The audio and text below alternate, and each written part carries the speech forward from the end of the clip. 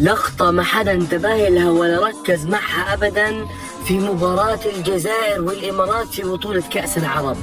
اللقطة اللي تسببت بخسارة المنتخب الجزائري من الإمارات وإعلان خروجه من البطولة بشكل رسمي من ركلات الترجيح.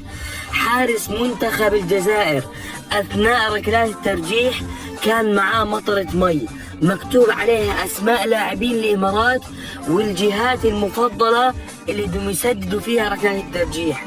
كانت الأمور ماشي معاه 100%، عبين ما إجا حارس الإمارات واكتشف وين هاي المطرة، ومن بعدها خبر لاعبين الإمارات بإنهم يغيروا مكان التسديد، وبالفعل غيروا أماكن التسديد اللي هم متعودين عليها، وأعلنت فوز الإمارات على الجزائر وإقصاء الجزائر من بطولة كأس العرب.